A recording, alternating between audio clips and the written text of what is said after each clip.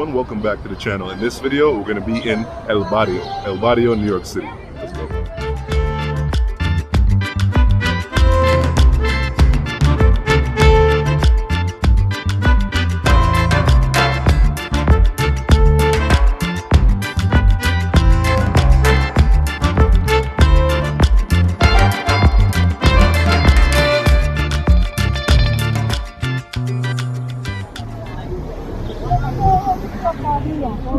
So let me actually tell you guys the story of how East Harlem became El Barrio.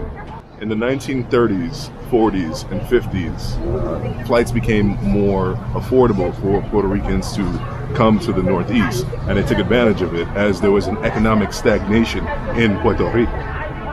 And they were accompanied by smaller populations of Cubans and Dominicans. So in the present day, you still have a lot of Puerto Ricans here. However, you have an increasing amount of immigrants coming from the Central American, Latin American countries.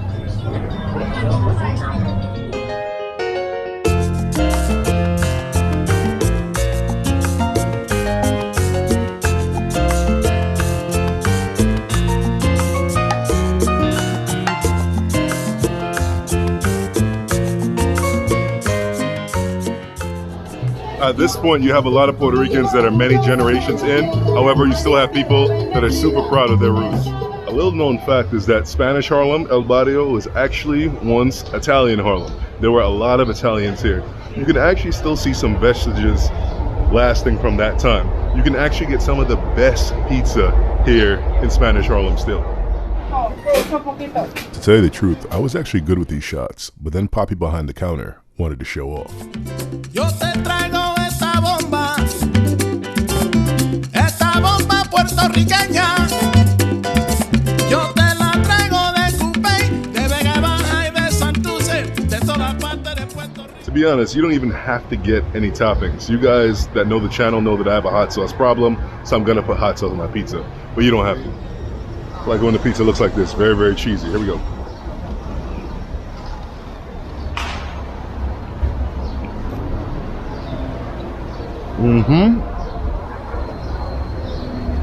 You know, when I was younger, pizza used to taste a certain way in New York. It doesn't always taste that way now. La Marqueta was actually, during its heyday, once the center of where 500 to 600 vendors here in El Barrio would sell their wares. You'd have people from Cuba, Puerto Rico, Dominican Republic here in La Marqueta doing their thing and selling their goods to people here. I don't know about you guys, but I'm all in for the sweets made from coconut shavings. It's amazing. So in previous videos, you saw me get piragua. Here, we're not actually gonna do piragua, we're actually gonna do Puerto Rican ices. Okay, so we're gonna have ices, but in some exotic Caribbean, Puerto Rican flavors. Let's do it.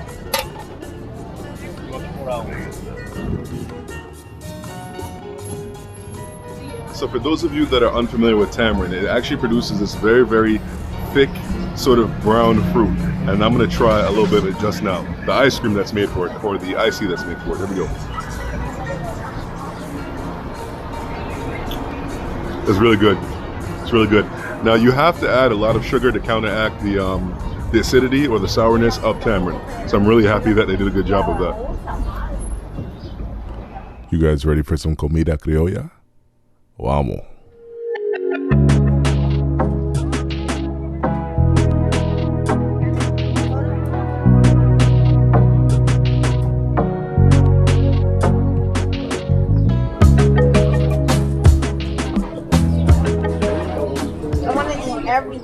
I'm not going to eat the lechon in front of you because you guys always accuse me of eating, because you're right. However, just know that it's damn good.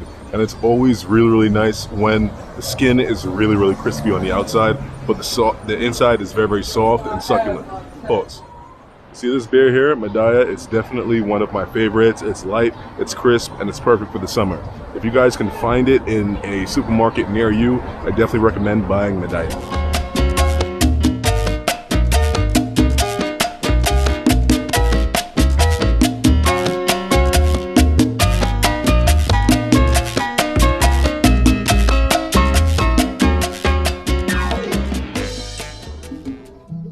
A lot of young kids only know reggaeton now, but let's talk some culture real quick.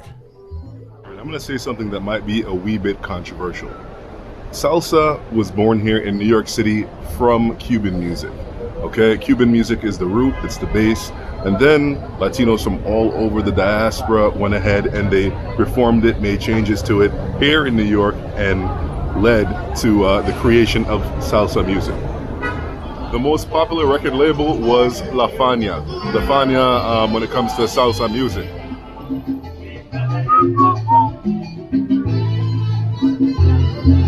I kind of feel like this whole wall is dedicated to La Fania.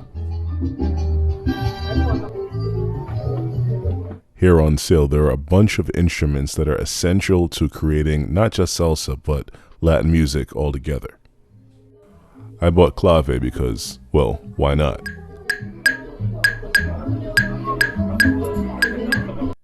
Forget flowers. This is the way to a Caribbean woman's heart.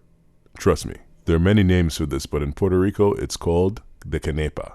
I almost forgot to mention, in the south of Puerto Rico, in and around Ponce, the Canepa fruit grows so plentifully that they actually have a festival for it at the end of every harvest season. So round about August time, early to mid August, getting into September, they have a festival for canepas.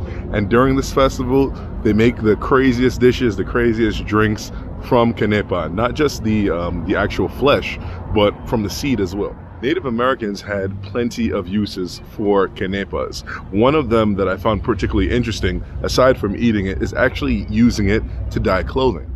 Anyone from Caribbean ancestry or Caribbean themselves knows that this stuff is powerful when it comes to staining your clothes. You cannot let this get on your clothes. If it gets on your clothes, it is a wrap for whatever that piece of clothing is. The flesh of a canepa has some really, really sour taste to it. It's sour, but then it's sweet on the end. Yeah, looks like so. I've actually tried to introduce a lot of my American non-Caribbean friends to it, and they're like, oh, it's a lot of work for just a little bit of food, and I'm like, all right, spoiled brat. Guys, I want to thank you so much for watching this video.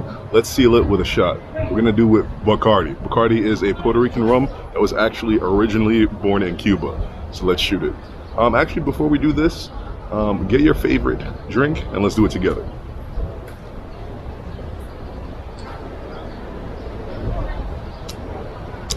A Puerto Rico. See you in the next one. Peace.